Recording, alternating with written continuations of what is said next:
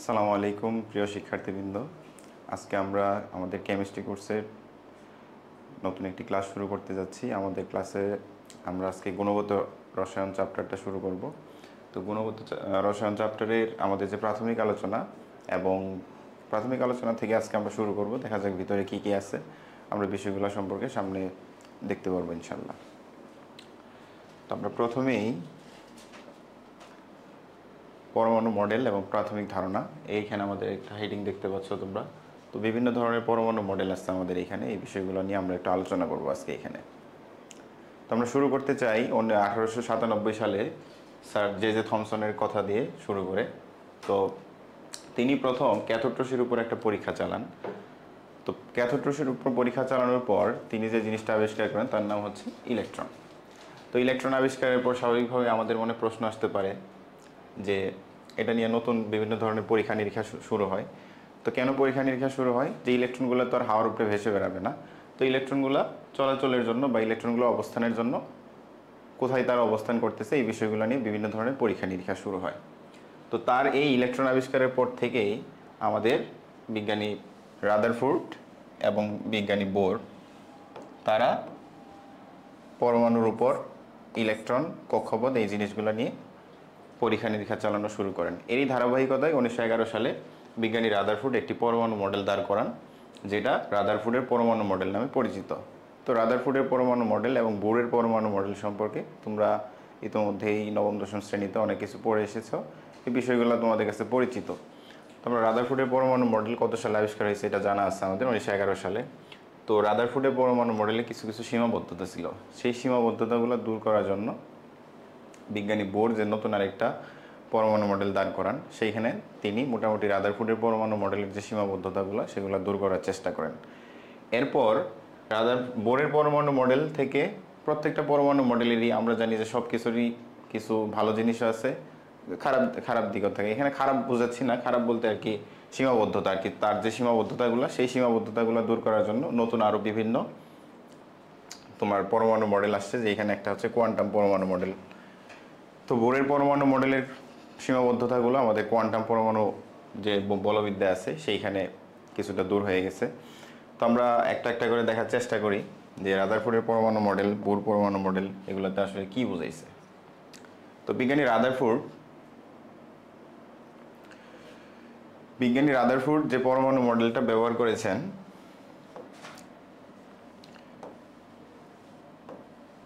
সেইখানে তিনি আলফা কণা বিচ্ছুরণ, অর্থাৎ আলফা কণা বিচ্ছুরণের মাধ্যমে রাদারফোর্ডের পরমাণু মডেলের যে ফাইন্ডিংসগুলো পাই তিনি মূলত এটার মাধ্যমে পেয়েছেন। তো আলফা কণা বিচ্ছুরণ জিনিসটা কি আমাদেরকে বুঝতে হবে। এইখানে তিনি হিলিয়াম নিউক্লিয়াস, অর্থাৎ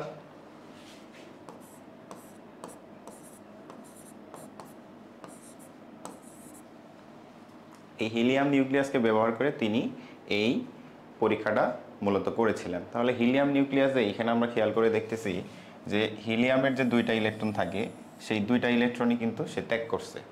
তো ত্যাগ করার ফলে কি হয়েছে, তার নিউক্লিয়াসে কি কি আছে, শুধুমাত্র প্রোটন আছে আর নিউট্রন আছে। তাহলে এটা একটা ধনাত্মক মৌল। তাহলে এর ভর হচ্ছে কত, 4।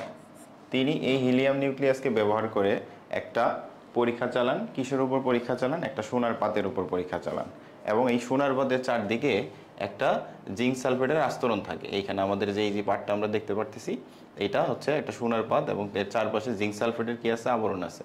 তো এখানে এই পরীক্ষার দ্বারা তিনি কি মূলত কি প্রমাণ করতে চাইছেন? এইখানে তিনি যে প্রমাণ করতে চাইছেন সেইখানে দেখো এই যে আলফা কণাগুলা যখন সোনার পাতের উপর গিয়ে পড়তেছে, দেখো ম্যাক্সিমাম যে আলফা কণা আছে সেগুলা কিন্তু সরাসরি চলে গেছে সোনার পাত বরাবর। এই যে এইখানে দেখো আলোর ছটা তৈরি হয়েছে, এই যে এইখানে আলোর ছটাগুলো তৈরি হয়েছে। তাহলে পরবর্তীতে তিনি যে জিনিসটা খেয়াল করেন যে অল্প সংখ্যক কিছু, খুবই কম পরিমাণ অল্প সংখ্যক কিছু, মানে প্রতি 20,000 যদি তিনি আলফা কণা বিচ্ছুরণ ঘটান এর মধ্যে মাত্র একটি এইরকম কিছু জিনিস তোমার এই নিউক্লিয়াসে গিয়ে বাধাপ্রাপ্ত হইতেছে। অর্থাৎ এমন একটা জিনিসের সাথে ধাক্কা খাচ্ছে, ধাক্কা খেয়ে আবার বিপরীত দিকে ফেরত আসতেছে। সেটা তোমরা এই যে চিত্রটা দেখলেই খেয়াল করতে পারবা।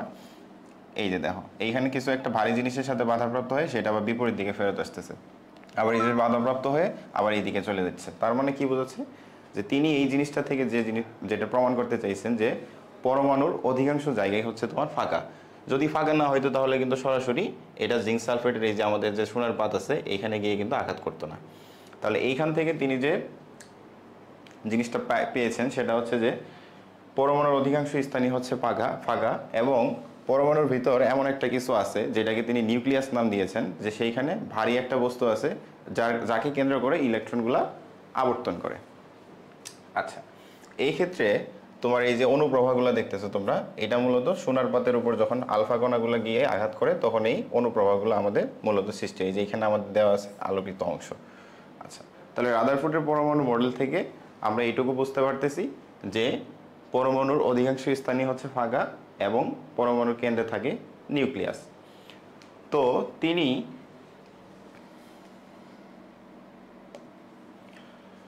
এখানে আমাদের কিছু সীমাবদ্ধতা আছে, আমরা সীমাবদ্ধতাতে যাওয়ার আগে আরও কিছু জিনিস আলোচনা করি। যেমন আমরা বোরের পরমাণু মডেল যখন আলোচনা করব তখন সেইখানে দেখতে পারবো যে হাইড্রোজেন পরমাণু মডেলে হাইড্রোজেন পরমাণু বর্ণালী কীভাবে সৃষ্টি হয় সেই জিনিসগুলো আছে, কিন্তু রাদারফোর্ডের পরমাণু মডেল থেকে এই জিনিসগুলো অতটাও বোঝা যায় না। এবং তিনি এই যে পরমাণু মডেলটা দাঁড় করেন এটাকে একটা সৌরজগতের সাথে তুলনা করেন, অর্থাৎ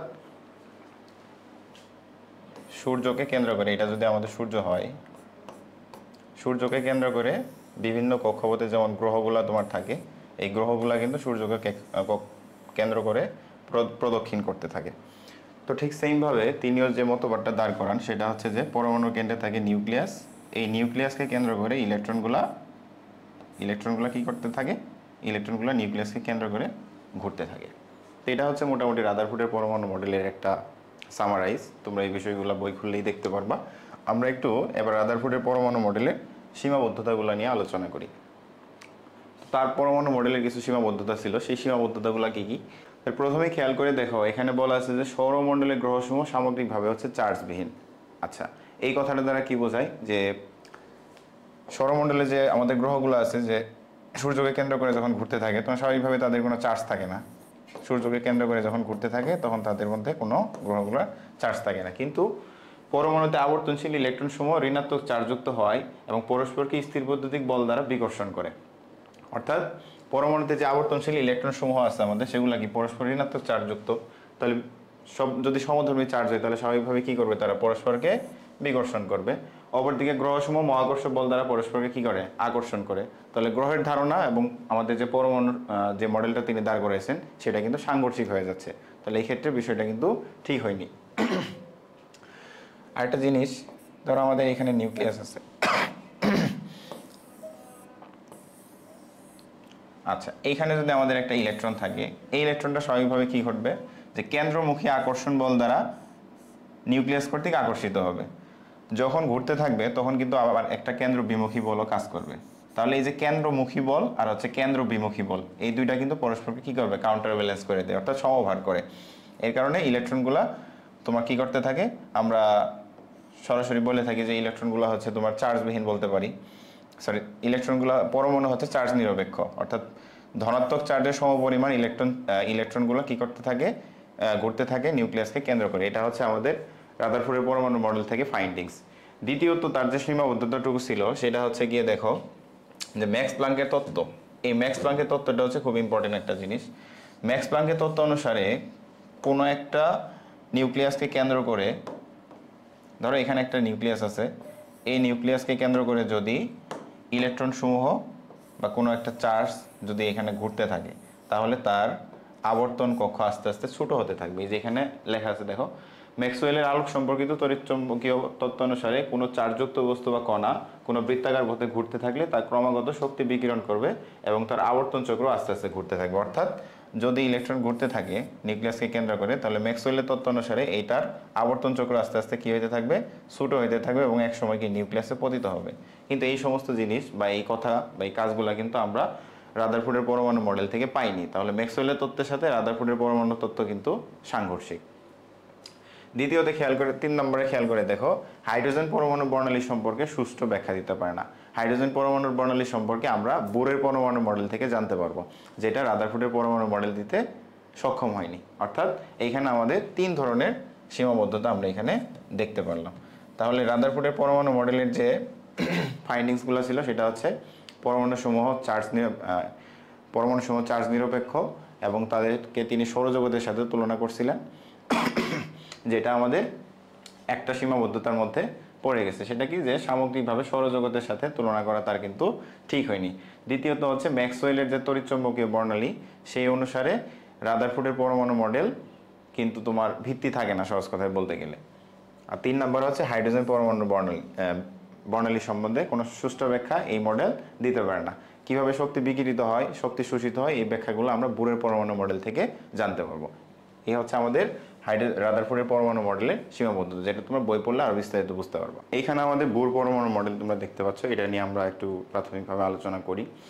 যে 1913 সালে বিজ্ঞানী নিলস বোর এই পরমাণু মডেলটা দাঁড় করান। তার মোটামুটি যে ফাইন্ডিংসগুলো ছিল, সেই ফাইন্ডিংসগুলো আমরা এখানে দিয়েছি। দেখো, ইলেকট্রন সমূহ স্থির কক্ষপথের ধারণা, 2 নম্বর হচ্ছে ইলেকট্রনের কৌণিক ভরবেগ, 3 নম্বর হচ্ছে শক্তির শোষণ, বিকিরণ সৃষ্টি, বর্ণালী সৃষ্টির ধারণা। তো এই প্রত্যেকটা জিনিস আমরা একটু বোঝার চেষ্টা করি যে মূলত এখানে কি বোঝানো হয়েছে। প্রথমেই হচ্ছে ইলেকট্রনের স্থির কক্ষপথ বা শক্তি স্তরের ধারণা। রাদারফোর্ডের পরমাণু মডেলে আমরা যেটা দেখছিলাম, যে তিনি একটা প্রাথমিক ধারণা দিয়েছিলেন, কিন্তু বিজ্ঞানী বোর এখানে সুনির্দিষ্টভাবে একটা ব্যাখ্যা দাঁড় করিয়েছেন যে নিউক্লিয়াসকে কেন্দ্র করে কিভাবে ইলেকট্রনগুলো কোন কক্ষপথে থাকে এবং তাদের আবর্তনগুলো কিভাবে ঘটে। তাহলে এটা যদি আমাদের একটা নিউক্লিয়াস হয়, তাহলে নিউক্লিয়াসকে কেন্দ্র করে এই নির্দিষ্ট কক্ষপথে, এই নির্দিষ্ট কক্ষপথগুলোতে ইলেকট্রনগুলা ঘুরতে থাকে। তাহলে তিনি এগুলাকে এক একটা শেলে নামকরণ করেন। এগুলো তোমরা জানো অলরেডি, কে, এল, এম।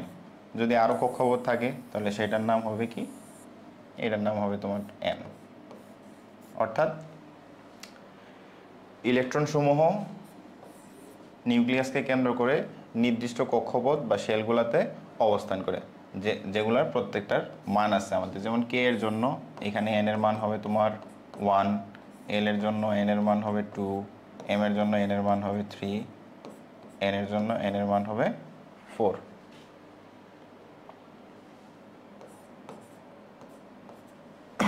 ওকে, তাহলে কি বোঝাচ্ছে, যে ইলেকট্রনের স্থির কক্ষপথ বা শক্তি স্তরের ধারণা। তাহলে এই জিনিসটা আমরা বোরের পরমাণু মডেল থেকে জানতে পারি, যে ইলেকট্রন সমূহ নির্দিষ্ট কক্ষপথে নিউক্লিয়াসকে কেন্দ্র করে ঘুরতে থাকে এবং এই শক্তি স্তরগুলোর একটা নির্দিষ্ট মান আছে, যেটা আমরা পরবর্তীতে কোয়ান্টাম সংখ্যা যখন পড়ব তখন দেখতে পারবো। আচ্ছা, দ্বিতীয়ত হচ্ছে গুরুত্বপূর্ণ একটা জিনিস, ইলেকট্রনের কৌণিক ভরবেগের ধারণা। এই জিনিসটাও আমরা বোরের পরমাণু মডেল থেকে জানতে পারি। তো আমরা আগে বোঝার চেষ্টা করি যে কৌণিক ভরবেগ জিনিসটা কি। ভরবেগ জিনিসটা হচ্ছে কি, ভরবেগ তোমরা সকলেই জানো যে ভরবেগ এর মধ্যে 2টা জিনিস আছে, একটা হচ্ছে ভর, বস্তুর ভর, আর একটা হচ্ছে বেগ। তাহলে ভরকে আমরা যদি এম দ্বারা প্রকাশ করি, বেগ হচ্ছে ভি, তাহলে এটা হচ্ছে ভরবেগ। কৌণিক ভরবেগ মানে কি, এইখানে খেয়াল করে দেখো, নিউক্লিয়াসকে কেন্দ্র করে এই যে প্রত্যেকটা ইলেকট্রন আছে, এই ইলেকট্রনগুলো কি করে, বৃত্তাকার পথে ঘুরতেছে। তাহলে যদি বৃত্তাকার পথে ঘুরতে থাকে তাহলে তার একটা কি কৌণিক বেগ আছে না, এবং বেগের দিক কোন দিকে, স্পর্শক বরাবর। এটা তোমরা ফিজিক্সে পড়েছো অলরেডি। আচ্ছা, তাহলে এটা হচ্ছে কৌণিক ভরবেগ। তাহলে কৌণিক ভরবেগ নির্ণয় করতে গেলে আমার এমভির সাথে দূরত্ব গুণ দিতে হবে। তাহলে এখান থেকে এইটুকের ডিস্টেন্স যদি আর হয়, তাহলে আমাদের ভরবেগ ইন্টু দূরত্ব, এটা হচ্ছে আমাদের কি কৌণিক ভরবেগ। এই কৌণিক ভরবেগ ধারণা, ইলেকট্রনের কৌণিক ভরবেগের ধারণা আমরা বোরের পরমাণু মডেল থেকে জানবো। তাহলে এইখানে এমভিআর ইজ ইকুয়াল টু, তার তত্ত্ব অনুযায়ী NH ডিভাইডেড বাই 2 পাই। অর্থাৎ এই যে এইখানে আমাদের এইচটা হচ্ছে প্লাঙ্কের ধ্রুবক,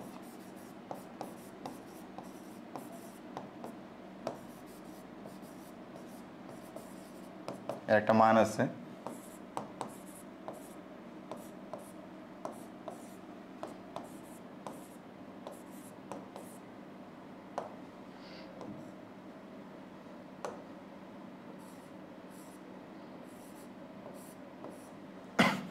এটা হচ্ছে আমাদের প্লাঙ্কের ধ্রুবক। অর্থাৎ কৌণিক ভরবেগ হবে তোমার n সংখ্যক h into h divided by 2 pi. এটা একটা ধ্রুব সংখ্যা, এই ধ্রুব সংখ্যার n সংখ্যক গুণিতক এর সমান। এটা হচ্ছে ইলেকট্রনের কৌণিক ভরবেগের ধারণা থেকে আমরা এই জিনিসটা পাই। তাহলে প্রত্যেকটা ইলেকট্রনের কি আমাদের আলাদা আলাদা কৌণিক ভরবেগ আছে, অর্থাৎ তাদের অবস্থান অনুযায়ী তারা কোন কক্ষপথে অবস্থান করতেছে সেইটা অনুযায়ী আমরা কিন্তু তাদের কৌণিক ভরবেগ এবং আমাদের যদি ডিস্টেন্সটুকু জানা থাকে যে অবশ্যই যদি প্রথম কক্ষপথে থাকে তাহলে আর এর মান যেরকম হবে দ্বিতীয় তৃতীয় চতুর্থ কক্ষপথে থাকলে কিন্তু আমাদের আর এর মান কি হবে ভিন্ন হবে। তাহলে ইলেকট্রনের যে কৌণিক ভরবেগ আছে সেটা আমরা বোরের পরমাণু মডেল থেকে দেখতে পারলাম। তৃতীয়ত হচ্ছে শক্তির শোষণ এবং বিকিরণ বর্ণালী, এটা হচ্ছে আমাদের মোস্ট ইম্পর্টেন্ট। তো শোষণ এবং বিকিরণ বর্ণালী কিভাবে হয় সেটা আমরা একটু দেখার চেষ্টা করি।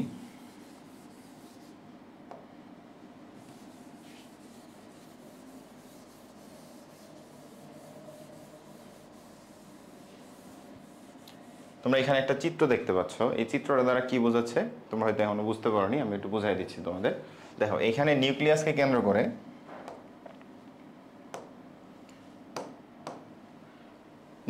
কেন্দ্র করে ইলেকট্রনগুলো নির্দিষ্ট কক্ষপথে ঘুরতেছে। ওকে, আচ্ছা, তাহলে আমাদের এটা যদি একটা শক্তি স্তর হয়, এটা যদি আরেকটা শক্তি স্তর হয়, অর্থাৎ এটা ধরে নিলাম প্রথম কক্ষপথ, এটা হচ্ছে আমাদের দ্বিতীয় কক্ষপথ। এখন একটা ইলেকট্রন এই প্রথম কক্ষপথে আছে, আরেকটা ইলেকট্রন এই দ্বিতীয় কক্ষপথে আমাদের আছে। এখন প্রথম কক্ষপথ থেকে একটা ইলেকট্রন যদি দ্বিতীয় কক্ষপথে যায় তাহলে কি ঘটনা ঘটবে, এবং দ্বিতীয় কক্ষপথ থেকে প্রথম কক্ষপথে যদি যায় তাহলে কি ঘটনা ঘটবে। তাহলে স্বাভাবিকভাবে প্রথম কক্ষপথ দ্বিতীয় কক্ষপথের তুলনায় শক্তি তার কম এবং দ্বিতীয় কক্ষপথের শক্তি বেশি। তাহলে কম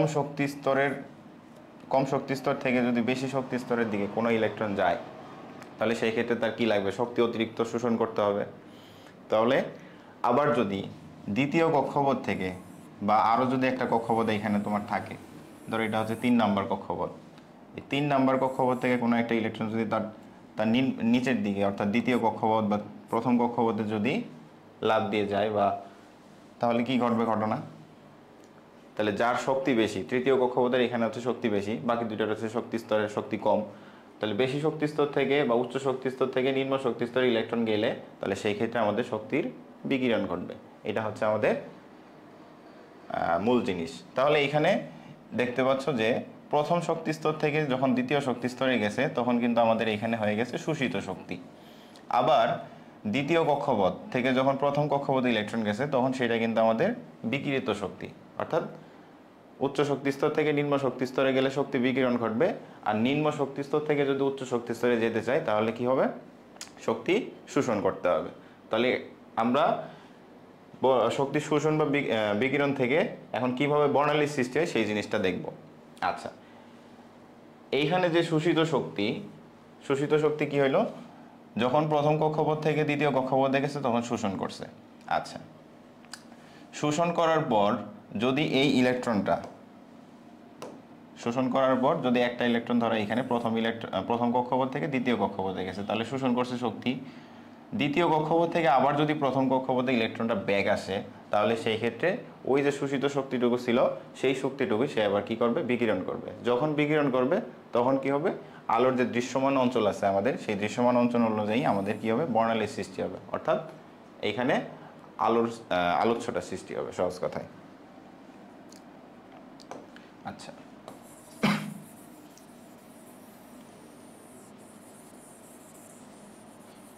এখন কথা হচ্ছে আমাদের এখান থেকে একটা সমীকরণ আমরা পাবো। কি ধরনের সমীকরণ পাবো খেয়াল করে দেখো, এইখানে একটা সমীকরণ আছে del E is equal to E2 minus E1। এটা দ্বারা কি বোঝাচ্ছে, অর্থাৎ দ্বিতীয় কক্ষপথের শক্তি প্রথম কক্ষপথের শক্তি, এই দুইটার যদি আমি পার্থক্য বের করতে পারি তাহলে কিন্তু আমি কি বের করতে পারবো, বিকিরিত শক্তি। অর্থাৎ দ্বিতীয় কক্ষপথ থেকে যখন প্রথম কক্ষপথে গেছে তখনই কিন্তু কি হয়েছে, শক্তির বিকিরণ করছে, এবং কি পরিমাণ শক্তির বিকিরণ করছে সেটা আমরা E2 মাইনাস E1 এর শক্তি থেকে বের করতে পারবো। এই ডেল ই সমান আবার আমরা লিখতে পারি এইচ নিউ। ওকে, নিউ হচ্ছে এখানে ফ্রিকোয়েন্সি,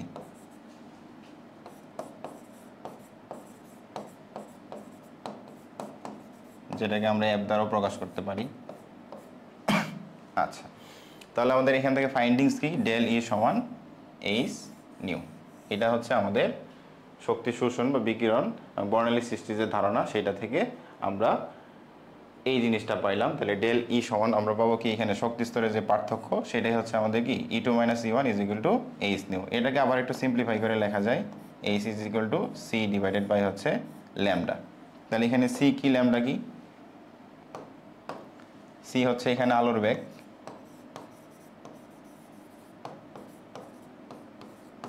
এবং ল্যামডা হচ্ছে কি তরঙ্গ দৈর্ঘ্য।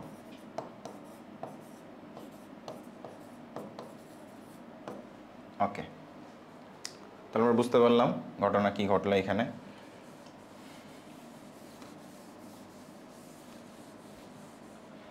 তাহলে বোরের পরমাণু মডেল থেকে আমরা কি কি বিষয় বুঝতে পারলাম বা কি কি বিষয় জানতে পারলাম, সেটা হচ্ছে যে ইলেকট্রন সমূহ স্থির কক্ষপথে বা নির্দিষ্ট কক্ষপথে কি করে, নিউক্লিয়াসকে কেন্দ্র করে ঘুরতে থাকে।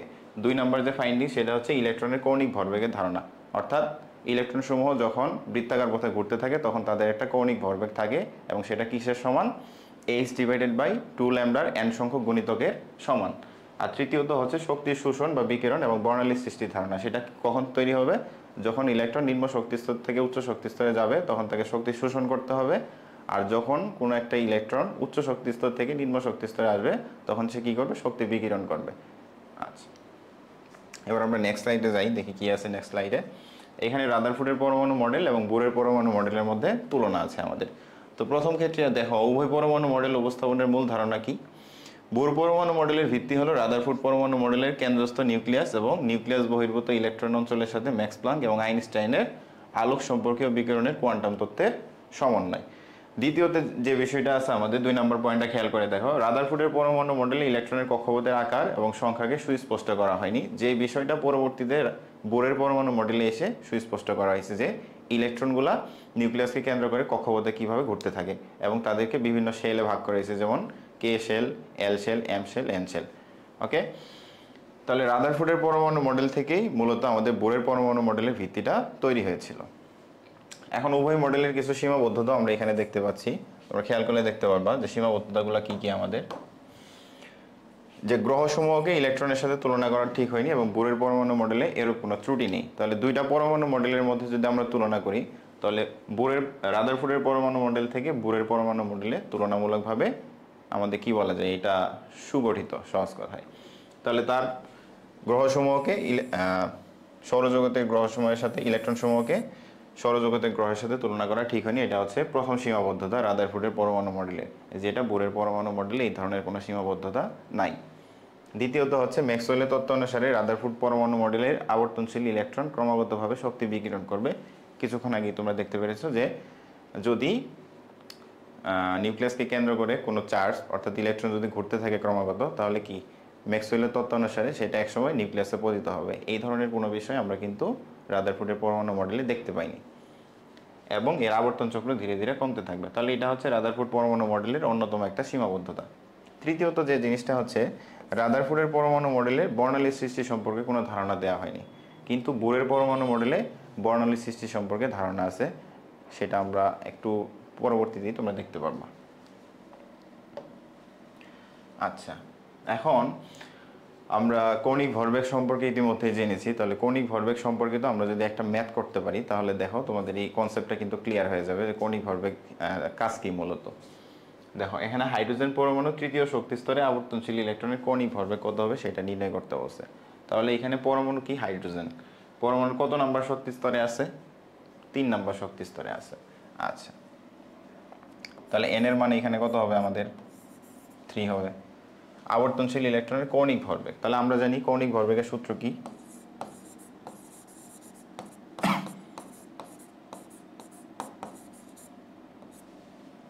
কৌণিক ভরবেগের সূত্র হচ্ছে mvr is equal to n h divided by 2 পাই। ওকে, তাহলে এই ক্ষেত্রে আমরা সূত্রের মধ্যে শুধু মানগুলো যদি বসাই দিতে পারি তাহলে এই ক্ষেত্রে কিন্তু আমরা কৌণিক ভরবেগের মানটা পেয়ে যাবো। এটা খুবই সিম্পল একটা জিনিস। তাহলে এই ক্ষেত্রে এন এর মান আমাদের কত, এন এর মান হচ্ছে 3, এইচ এর মান আমাদের জানা আছে 6.66 into 10 to the power 34 joule per second. তাহলে 2 ইন্টু পায়ের মান তো সবাই জানি আমরা। তাহলে এই ক্ষেত্রে খুবই সিম্পল, যা মান বের হবে তোমরা ক্যালকুলেশন করে বের করতে পারবো। যে তৃতীয় শক্তি স্তরে আবর্তনশীল ইলেকট্রনের কৌণিক ভরবেগ, এটা খুবই সরল একটা জিনিস ছিল।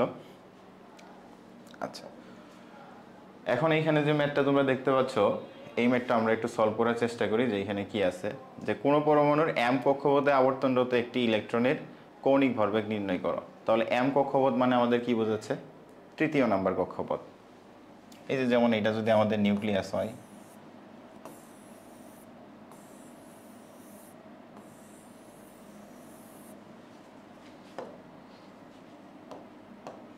তাহলে এটা হচ্ছে কি কে, এটা হচ্ছে এল, এটা হচ্ছে আমাদের এম। তাহলে এম কক্ষপথ যদি হয়ে থাকে তাহলে এর জন্য এন এর মান কত হবে আমাদের 3, এল এর জন্য এন এর মান কত হবে 2, কে এর জন্য এন এর মান কত হবে 1।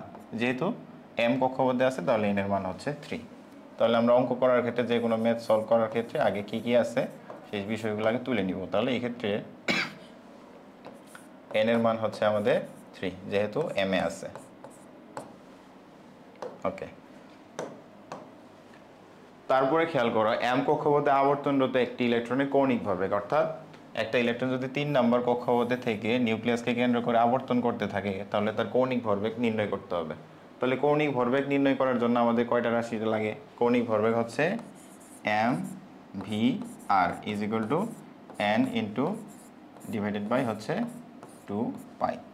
তাহলে এন এর মান তো আমরা জানি এখান থেকে 3, এইচ এর মান আমরা জানি 6.36 ডিভাইডেড বাই 2 পাই। এটা খুবই সিম্পল। তাহলে এখান থেকে কৌণিক ভরবেগ পেয়ে গেলা। এবার তোমাকে বলে দিয়েছে যে কক্ষপথের ব্যাসার্ধ যদি এত হয় তাহলে আবর্তনরত ইলেকট্রনের গতিবেগ নির্ণয় করো। তাহলে এখানে তিনটা জিনিসের পরিচয় কিন্তু আমরা জানি। এম হচ্ছে ইলেকট্রনের ভর, ভি হচ্ছে বেগ,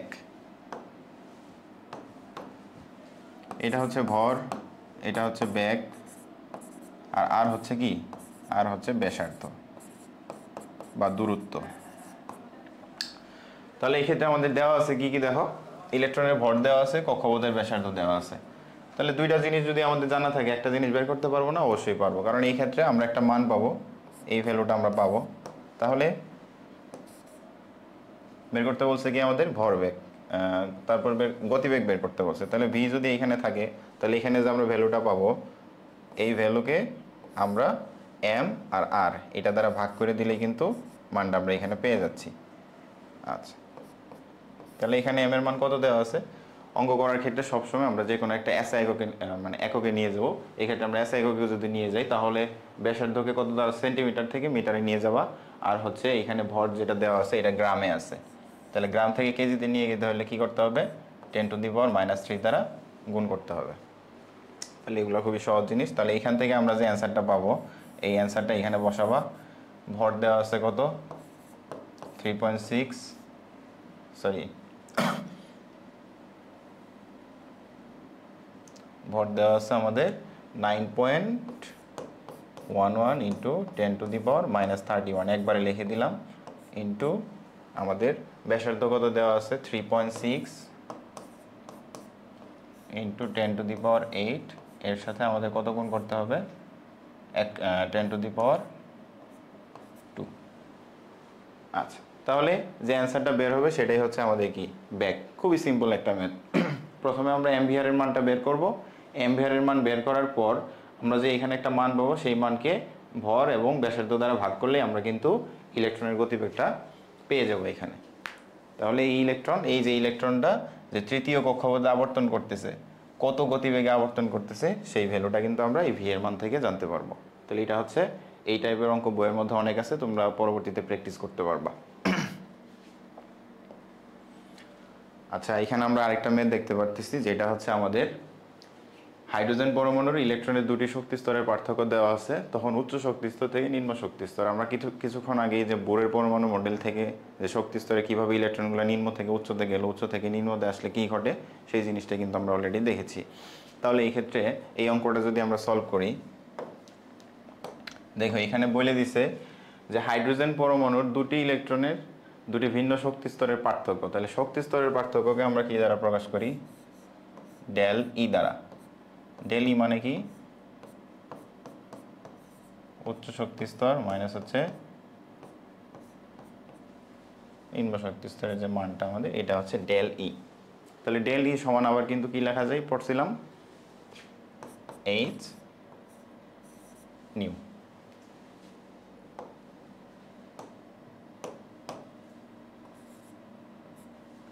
ওকে, তাহলে আমাদের কি দেওয়া আছে, দুটি শক্তি স্তরের পার্থক্য দেওয়া আছে। তাহলে এটার পার্থক্যের মান কত দেওয়া আছে খেয়াল করে দেখো, 245.9 কিলো জুল পার মোল। ওকে, বলছে যে উচ্চতর শক্তি স্তর থেকে যদি নিম্নতর শক্তি স্তরে লাফিয়ে পড়ে তাহলে বিকিরিত আলোক শক্তির তরঙ্গ দৈর্ঘ্য এবং ফ্রিকোয়েন্সি নির্ণয় করে। তাহলে তরঙ্গ দৈর্ঘ্য মানে কি, তরঙ্গ দৈর্ঘ্য মানে হচ্ছে ল্যামডা, আর ফ্রিকোয়েন্সি মানে কি, ফ্রিকোয়েন্সি মানে হচ্ছে তোমার এফ, অথবা কি বলতে পারি আমরা নিউ। ওকে, তাহলে আমরা একটু বের করার চেষ্টা করি। এখানে একটা জিনিস খেয়াল করতে হবে, দেখো এখানে মান দেওয়া আছে কিন্তু কিলো জুল পার মোল, অর্থাৎ এক মোলে কত কিলো জুল। তাহলে আমরা এইচ এর মান যখন বের করতাম, এইচ এর মান যেটা আমরা জানি 6.36 ইন্টু 10⁻⁻³ জুল সেকেন্ড। তাহলে এই ক্ষেত্রে কিন্তু আমাদের যেটা তোমার দেওয়া আছে কিলো জুল পার মোল, তাহলে এটা শুধু জুলে দেওয়া আছে। তাহলে এখান থেকে আমাকে কি করতে হবে, যে আমরা একটা জানি যে একটা পরমাণুতে অ্যাভোগাড্রো সংখ্যক কি থাকে, অনুপরমাণু ইলেকট্রন থাকে। তাহলে এই ক্ষেত্রে খেয়াল করো, এটাকে আমাদের কি করতে হবে, অ্যাভোগাড্রো সংখ্যা দ্বারা গুণ করতে হবে।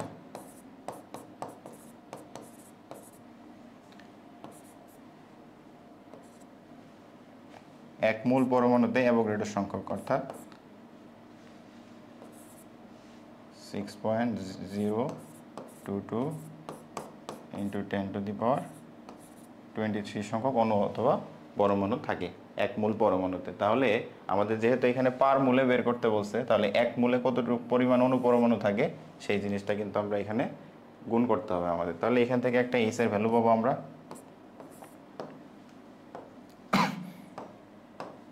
এইচ এর ভ্যালুটা তোমাদেরকে ক্যালকুলেশন করতে হবে এখানে। তাহলে এইচ এর যে একটা নতুন ভ্যালু পাবো, তখন আমরা যা শুধু সূত্রের মধ্যে বসাই দিলেই হবে। কি সূত্র আছে এখানে আমাদের, ডেল এইচ সমান এইচ নিউ।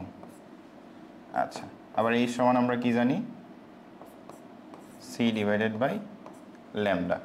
আমাদের লাগবে কি, বের করতে বলছে আলোক রশ্মির তরঙ্গ দৈর্ঘ্য। তাহলে তরঙ্গ দৈর্ঘ্য যদি আমরা বের করি,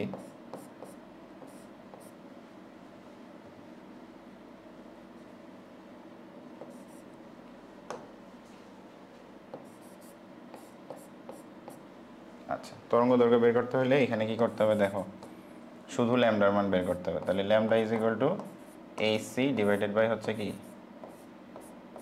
ডেল ই। দেখো ঠিক আছে কিনা, ডেল ই সমান হচ্ছে এইচ নিউ আমরা জানি, আবার নিউকে ভাঙলে কি পাবো, সি ডিভাইডেড বাই ল্যামডা। তাহলে আমাদের শুধু লাগবে কি ল্যামডার মান। তাহলে ল্যামডা এখানে চলে গেলে এইচ সি ডিভাইডেড বাই হচ্ছে কি ডেল ই। তাহলে এইচ এর মান আমাদের এখান থেকে বের হবে না একটা, এইচ এর মানটা বসাবা, আলোর বেগ তো আমরা জানি 3 ইন্টু 10⁸, আর ডেল ই এর মান আমাদের এখানে দেওয়া আছে কিলো জুল পার মোলে। তাহলে এটাও কিলো জুল পার মোলে তুমি প্রকাশ করে নিছো অলরেডি, তাহলে কোনো সমস্যা নাই, যেটা বের হবে সেটাই হচ্ছে কি তোমার ভ্যালুগুলো বসালাম না, তোমরা একটু বসিয়ে নিয়ে একটা করে নিবা। তাহলে এটা খুবই সহজ। এবার বের করতে বলছে তোমাকে কি, ফ্রিকোয়েন্সি বের করতে বলছে। তাহলে ফ্রিকোয়েন্সি মানে কি, ফ্রিকোয়েন্সি তো খুবই সহজ। আমরা যদি ফ্রিকোয়েন্সি বের করি, তাহলে ফ্রিকোয়েন্সি নিউ সমান কি হবে, ডেল ই ডিভাইডেড বাই হচ্ছে এইচ।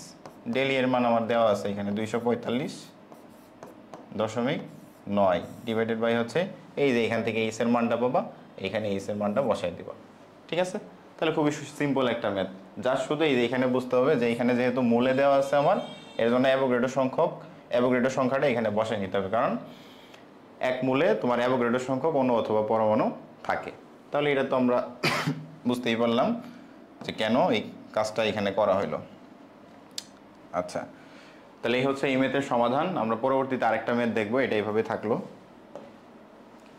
দেখো এখানে কি বলা আছে, 4 নম্বর আরেকটা ম্যাথ দেওয়া আছে যে ইলেকট্রনের দুটি শক্তি স্তরের পার্থক্য দেওয়া আছে এবং ওই ইলেকট্রন উচ্চতর শক্তি স্তর থেকে নিম্নতর শক্তি স্তরে বিকিরিত হলে বিকিরিত শক্তি ফ্রিকোয়েন্সি নির্ণয় করে। তাহলে সেম এটা আগের অঙ্কের মতোই। তাহলে এখানে আমার কি দেওয়া আছে খেয়াল করো, দুটি শক্তি স্তরের পার্থক্য দেওয়া আছে।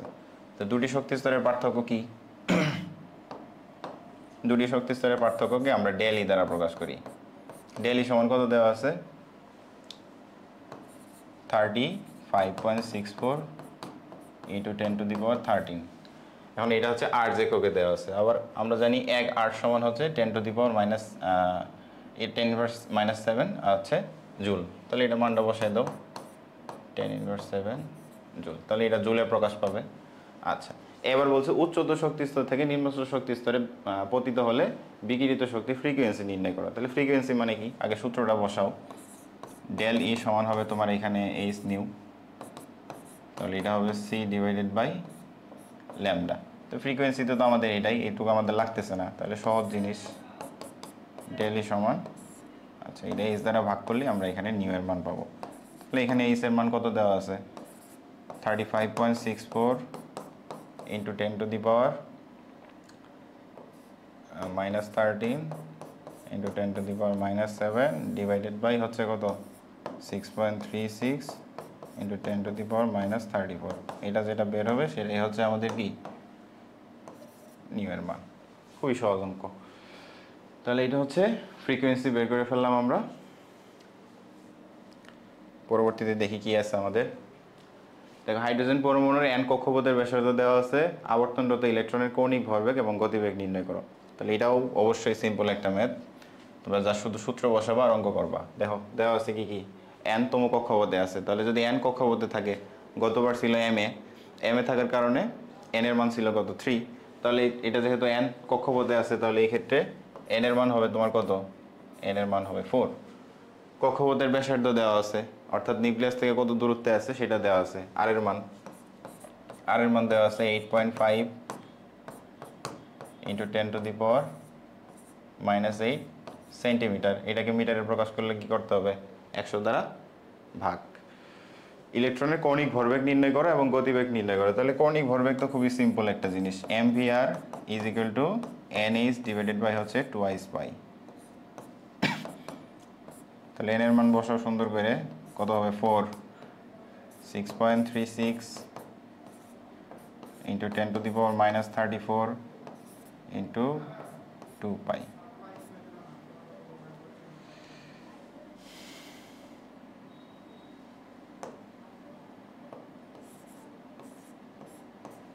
আচ্ছা, তাহলে এখান থেকে আমরা কি পাবো, কৌণিক ভরবেগের মানটা বের করতে পারবো। এগুলো এমসিকিউ আসবে। তারপরে তোমার গতিবেগ নির্ণয় করো। গতিবেগ নির্ণয় করতে গেলে কি করা লাগবে, এই যে এখান থেকে আমাদের ভি এর মানটা বের করতে বলছে আর কি। তাহলে ভি এর মান যদি বের করতে চাই তাহলে আমাদের কি এর মান লাগবে, আগে ভরের মান লাগবে আর হচ্ছে ব্যাসার্ধের মান লাগবে। তাহলে ভর তো আমরা জানি, একটা ইলেকট্রনের ভর কত 9.11 ইন্টু 10 টু দি পাওয়ার 28। এর সাথে যদি আমরা 10 টু দি পাওয়ার মাইনাস 3 গুণ করি তাহলে সেটা কেজিতে প্রকাশ পেয়ে যাবে।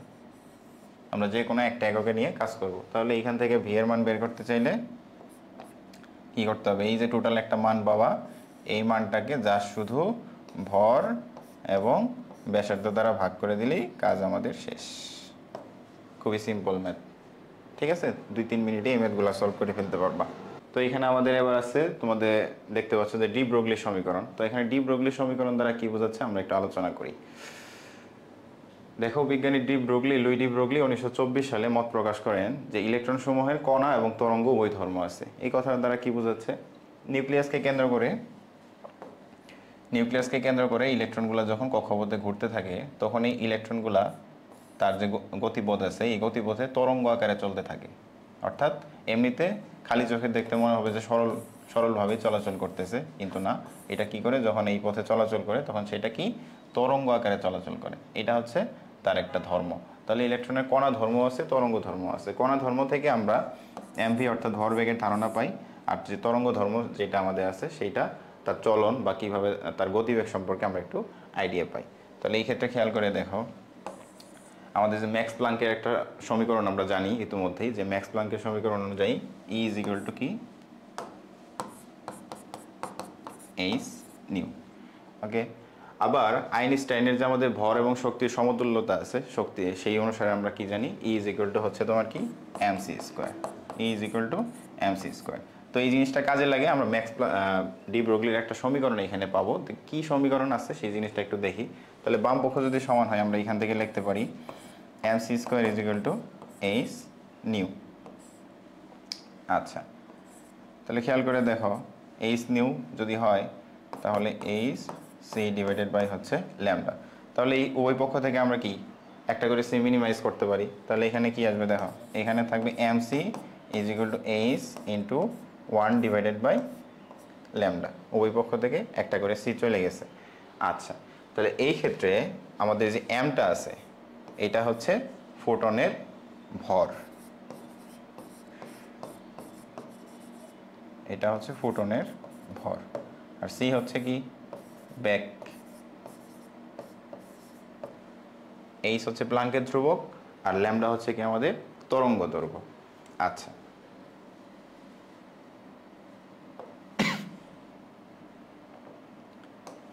আবার খেয়াল করে দেখো তো, কোনো একটা জিনিসের আমরা যদি ভরবেগ নির্ণয় করতে চাই, যদি সরলরৈখিক পথে থাকে, তাহলে ভরবেগের ক্ষেত্রে আমরা কি ব্যবহার করি, এমভি।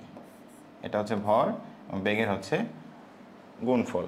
এইখানেও আমাদের কিন্তু একটা ভরবেগ আছে এম ইন্টু সি, তাহলে এইটা আর এইটা কিন্তু সিমিলার, অর্থাৎ এটা হচ্ছে আলুর বেগ এবং এটা হচ্ছে সরলরৈখিক পথে চলমান কোনো বস্তুর বেগ। তাহলে এই দুইটাকে যদি আমরা সমান দেখাই, তাহলে এক্ষেত্রে কী আসে আমাদের, দেখো m v is equal to h divided by হচ্ছে ল্যামডা। তাহলে এইচ হচ্ছে এখানে কি আমাদের একটা ধ্রুব সংখ্যা, প্লাঙ্কের ধ্রুবক, তাহলে এমভি ইজ ইকুয়াল টু কী আসবে এখান থেকে আমাদের, m v is equal to h divided by lambda. এটাই হচ্ছে মূলত আমাদের কি প্লাঙ্কের ডি ব্রগলির সমীকরণ থেকে প্রাপ্ত জিনিস। তাহলে এখান থেকে সামারাইজ করলে বিষয়টা কি জানায়, যে কোয়ান্টাম তত্ত্বে ডি ব্রগলির যে সমীকরণ আছে সেই সমীকরণ অনুসারে বা তিনি যে তত্ত্বটা দিচ্ছেন সেই তত্ত্বের মূল কথা হচ্ছে যে ইলেকট্রনের কণা ধর্মও থাকবে এবং হচ্ছে কি ইলেকট্রনের তরঙ্গ ধর্ম, উভয় জিনিসই কিন্তু বিদ্যমান। তাহলে এই জিনিসটা খেয়াল করো, এমভির সাথে ল্যামডার সম্পর্ক হচ্ছে কিন্তু ব্যস্তানুপাতিক। তাহলে ব্যস্তানুপাতিক সম্পর্ক দ্বারা কি বোঝাচ্ছে, তরঙ্গ দৈর্ঘ্য যত বেশি হবে ভরবেগের মান তত কম হবে। আবার উল্টাভাবে যদি বলি যে তরঙ্গ দৈর্ঘ্যের মান যত কম হবে তখন ভরবেগের মান কিন্তু তত বেশি হবে। এটা হচ্ছে আমাদের ডি ব্রগলি সমীকরণের কথা। আচ্ছা, এটা হচ্ছে আমাদের ডি ব্রগলি সমীকরণ।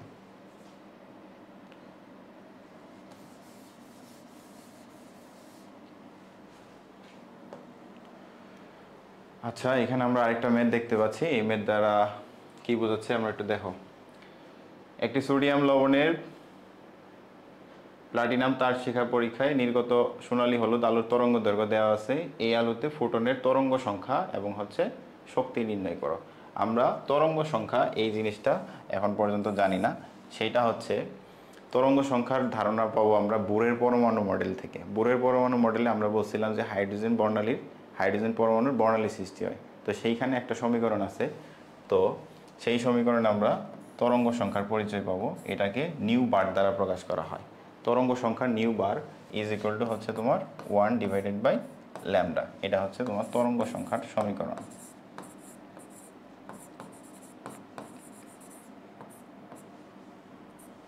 এটা আমরা সামনে আলোচনা করব, তখন দেখতে পারবা যে রিডবার্গ ধ্রুবকের সাথে লিখে দিই। এটা হচ্ছে তোমার আর এস হচ্ছে রিডবার্গ ধ্রুবক 1/m²।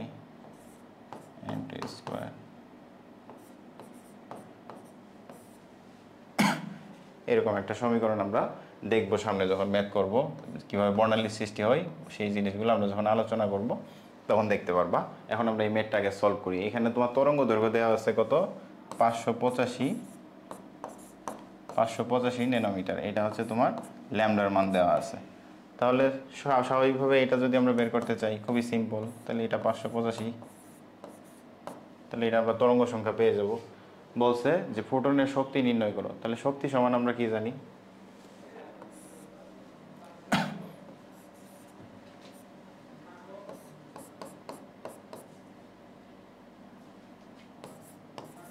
H nu. তাহলে এইচ এর মান তো আমাদের জানা আছে 6.36 into 10⁻³ into C divided by lambda. তাহলে সি এর মান কত এখানে, 3 ইন্টু 10⁸ ডিভাইডেড বাই ল্যামডার মান। তাহলে এখানে ল্যামডার মান কত, তরঙ্গ দৈর্ঘ্য দেওয়া আছে 585 ন্যানোমিটার দেওয়া আছে। তাহলে ন্যানোমিটার থেকে মিটারে যদি আমি নিয়ে যাই, তাহলে মিটারে নিতে হলে কী করতে হবে, 10⁻³ 10⁻⁹ দ্বারা গুণ করতে হবে, তাহলে আমাদের ন্যানোমিটার থেকে মিটারে প্রকাশ পাবে, কারণ ন্যানোমিটার হচ্ছে ছোটো, মিটার হচ্ছে কি বড়। আচ্ছা, তাহলে খুবই সিম্পল একটা জিনিস। তোমার এই যে এটা হচ্ছে 34, 3.6 × 10⁻34, এটার সাথে c ডিভাইডেড বাই হচ্ছে ল্যামডা, এটা করে দিতে পারলে আমরা কিন্তু ফোটনের শক্তিটা বের করতে পারবো। আচ্ছা, আর এখানে তরঙ্গ সংখ্যা নিউ বার, এটাকে প্রকাশ করা হয় নিউ বার দ্বারা। নিউ বার মানে হচ্ছে 1/λ, এটা হচ্ছে তার সমীকরণ। তাহলে এইখান থেকে যে ভ্যালুটা তোমরা পাবা, এটাকেও তোমরা চাইলে মিটারে নিয়ে যেতে পারো 10⁻⁹ দ্বারা গুণ করে। তাহলে খুবই সিম্পল একটা জিনিস, এই অঙ্কগুলা তোমরা প্র্যাকটিস করবা। এখানে আরেকটা ম্যাথ আছে তোমাদের, ম্যাথটা খেয়াল করো। বলছে যে একটি আলো এত মিটার/সেকেন্ড বেগে ধাবমান এবং তার ফ্রিকোয়েন্সি এত হার্জ হলে তরঙ্গ দৈর্ঘ্য নির্ণয় করো। তাহলে ফ্রিকোয়েন্সিকে কী দ্বারা প্রকাশ করি আমরা? ফ্রিকোয়েন্সিকে ফিজিক্সে যখন পড়ছো তখন অ্যাপ দ্বারা প্রকাশ করছো, এখানে আমরা নিউ দ্বারা প্রকাশ করি। এটা কত দেওয়া আছে? 1 × 10⁻11 হার্টস। এটাকে হার্টস দ্বারাও প্রকাশ করা যায় বা পার সেকেন্ড দ্বারাও প্রকাশ করা যায়। আচ্ছা, এবং আলোর বেগ দেওয়া আছে তোমার, তাহলে সি এর মান দেওয়া আছে 3 × 10⁸। তাহলে তরঙ্গ দৈর্ঘ্য নির্ণয় করতে বলছে। তরঙ্গ দৈর্ঘ্য কীভাবে নির্ণয় করবা? ল্যামডা, ল্যামডার মান নির্ণয় করতে গেলে সূত্র কি?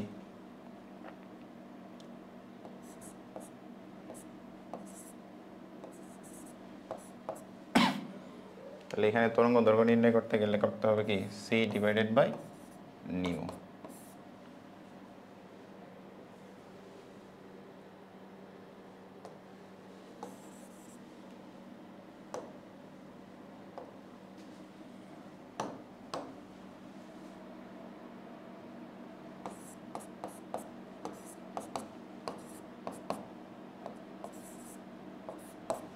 দুইটাই কিন্তু তোমাদের পরিচিত। তাহলে এখান থেকে আমাদের ল্যামডার মান যদি আমি বের করি তাহলে কি আসবে? C divided by lambda. C এর মান কত দেওয়া আছে? 3 × 10⁸। ল্যামডার নিউ এর মান কত আমাদের?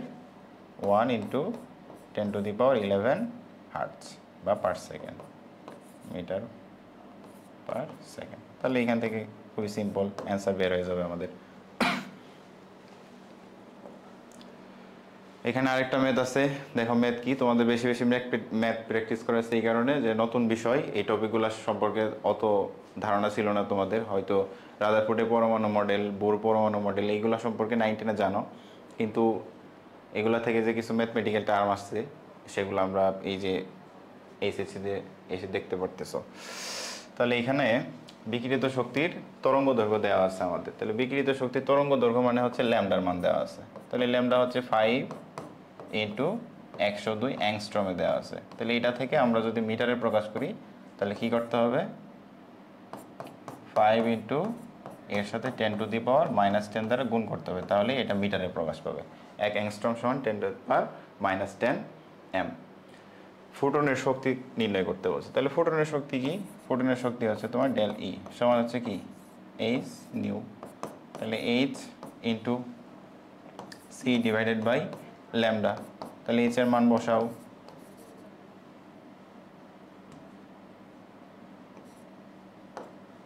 (6.36 × 10⁻⁻34) ইন্টু সি এর মান হচ্ছে 3 ×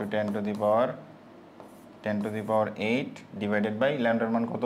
ল্যামডার মান 5 × 10² 102 স্কোয়ার ইন্টু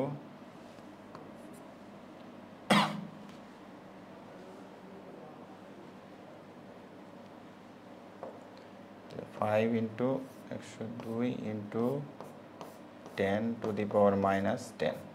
তাহলে এখান থেকে আমাদের ফোটনের শক্তি বের হয়ে যাবে। খুবই সিম্পল একটা ম্যাথ। বলছে যে কিলো জোল পার একক নির্ণয় করে। তাহলে এখান থেকে যেটা জোল পাবা, এখান থেকে একটা মান বের হবে আমাদের। তাহলে এইটা বের হবে তোমার কিসে? জুলে বের হবে। তাহলে জুল থেকে আমরা যদি কিলো জুলে নিতে চাই তাহলে কি করতে হবে? 1000 দ্বারা ভাগ।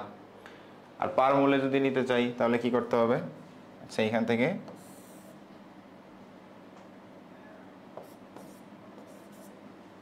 সাথে 6.022 ইন্টু 10⁻23 শেষ। এই হচ্ছে আমাদের ম্যাথের সলিউশন। আমাদের হাতে ক্যালকুলেটর নাই এখন, এর জন্য আমি বের করতে পারলাম না, তোমরা একটু কাইন্ডলি করে নিবা।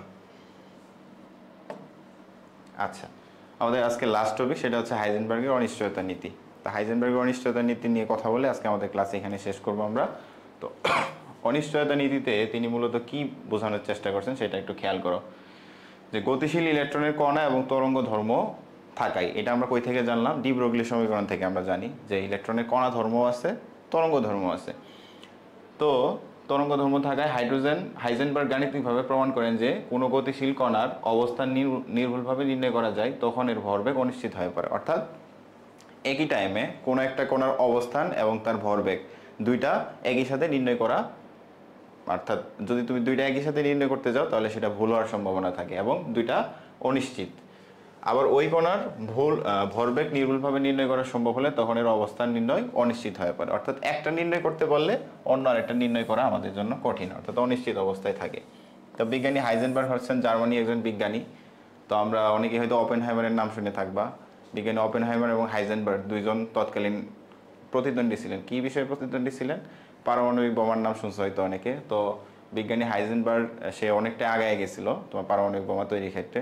তো দুর্ভাগ্যজনকভাবে তিনি সফল হতে পারেন নাই, বা সৌভাগ্যজনকভাবে বলতে পারো। তো এই হচ্ছে হাইজেনবার্গের পরিচিতি। তো তিনি যে অনিশ্চয়তা নীতিটা দিচ্ছেন সেটা হচ্ছে যে কোনো বস্তু যদি তুমি ভরবেগ নির্ণয় করতে চাও নির্ভুলভাবে, তখন সেটার অবস্থান অনিশ্চিত হয়ে পড়ে। এইখানে আমাদের একটা রাশি দেখতে পাচ্ছ, ডেল এক্স ডেল পি, আর এটা হচ্ছে আমাদের একটা ধ্রুব সংখ্যা, প্লাঙ্কের ধ্রুবক। তো এইখানে পি হচ্ছে আমাদের ভরবেগ আর এক্স হচ্ছে এখানে বস্তুটার অবস্থান। তাহলে এটা যদি একটা ধ্রুব সংখ্যা হয়, এটাকে রাইট সাইডে আনলে খেয়াল করে দেখো কীরকম আসবে। এটা তো একটা ধ্রুব, যেটা আছে রাখলাম 4π, তাহলে এটা কিন্তু তোমাদের এরকম হবে। তাহলে এখানে অবস্থান এবং ভরবেগ দুইটা কিন্তু ব্যস্তানুপাতিক সম্পর্ক। অর্থাৎ আমি যদি ভরবেগ যদি নির্ভুলভাবে নির্ণয় করতে যাই, অর্থাৎ ভরবেগ যখন আমি এইটার ভুলের পরিমাণ যখন কম হবে, তখন আবার অবস্থানের যে অবস্থান জ্ঞাপক, অর্থাৎ এইখানের যে মানটা আছে এইটা কিন্তু মান বেশি হয়ে যাবে। অর্থাৎ একটার মান যদি নির্ভুলভাবে নির্ণয় করতে যাই, অন্য আরেকটার মান নির্ণয় করা আমাদের কিন্তু অনিশ্চিত হয়ে পড়ে। তাহলে এই হচ্ছে হাইজেনবার্গের অনিশ্চয়তা নীতির মূল কথা। এগুলো পরবর্তী শ্রেণীতে তোমরা যখন হায়ার ক্লাসে যাবা তখন এগুলো বুঝতে পারবে যে এগুলো নিয়ে অনেক বিস্তর গবেষণা আছে। তাহলে আজকের ক্লাসের আমাদের সামারাইজ কি কি হইতে পারে? আমরা বোরের পরমাণু মডেল, রাদারফোর্ডের পরমাণু মডেল এবং ম্যাক্স প্লাঙ্কের তত্ত্ব, ডি ব্রগলির সমীকরণ, এই সমীকরণগুলো সম্পর্কে জানলাম। তাহলে আমরা যদি প্রথম থেকে একটু রিকল করার চেষ্টা করি, রাদারফোর্ডের পরমাণু মডেল অনুসারে তিনি বলার চেষ্টা করছেন যে পরমাণুর সমূহ নিউক্লিয়াসকে কেন্দ্র করে ঘুরে এবং সেটা তিনি সৌরজগতের সাথে তুলনা করছেন এবং তারা স্থির বৈদ্যুতিক চার্জ দ্বারা পরস্পরকে কি করে? আকর্ষণ করে। আচ্ছা, রাদারফোর্ডের পরমাণু মডেলের কিছু কিছু সীমাবদ্ধতা ছিল, যে সীমাবদ্ধতাগুলো পরবর্তীতে বিজ্ঞানী বোর তার পরমাণু মডেলের মাধ্যমে সেটা দূর করার চেষ্টা করেন। বোরের পরমাণু মডেল অনুসারে আমরা সুনির্দিষ্টভাবে দেখতে পারি যে ইলেকট্রন সমূহ নিউক্লিয়াসকে কেন্দ্র করে কিভাবে কক্ষপথে অবস্থান করে ঘুরতে থাকে এবং কক্ষপথগুলোর মান সম্পর্কে এবং কৌণিক ভরবেগ সম্পর্কে আমরা বোরের পরমাণু মডেল থেকে ধারণা পাই। তাহলে কৌণিক ভরবেগ রিলেটেড আমরা ইতিমধ্যে অনেকগুলো ম্যাথ করেছি। তার পরবর্তীতে আমরা যে জিনিসটা দেখি সেটা হচ্ছে শক্তির শোষণ হওয়া এবং বিকিরণ হওয়া। এই বিষয়টাও আমরা কিন্তু বোরের পরমাণু মডেল থেকে দেখতে পারলাম। তাহলে শোষিত শক্তি এবং বিকিরিত শক্তি দিয়ে অনেকগুলো ম্যাথ আমাদের করলাম ইতিমধ্যে। সেই কনসেপ্টগুলো কাজে লাগে বই থেকেও তোমরা অনেক কিছু প্র্যাকটিস করতে পারবে এবং পরবর্তীতে সমস্যা হলে সেগুলো আমাদেরকে জানাবা, ইনশাল্লাহ সলভ করব। পরবর্তীতে আমরা যেটা জানলাম সেটা হচ্ছে আমাদের ডি ব্রগলির সমীকরণ। এখানে যে ডি ব্রগলির সমীকরণটা আমরা দেখলাম, ডি ব্রগলি কি মতবাদ দিচ্ছেন? যে ইলেকট্রনের কণা এবং তরঙ্গ ধর্ম উভয়ই রয়েছে। অর্থাৎ নিউক্লিয়াসকে কেন্দ্র করে যখন সেটা ঘুরতে থাকে সেটা কি তরঙ্গ আকারে ঘুরতে থাকে, সেটা হচ্ছে ডি ব্রগলির সমীকরণ থেকে আমরা এখানে দেখলাম। তার পরবর্তীতে লাস্টলি আমরা যেটা দেখলাম সেটা হচ্ছে হাইজেনবার্গের অনিশ্চয়তা নীতি।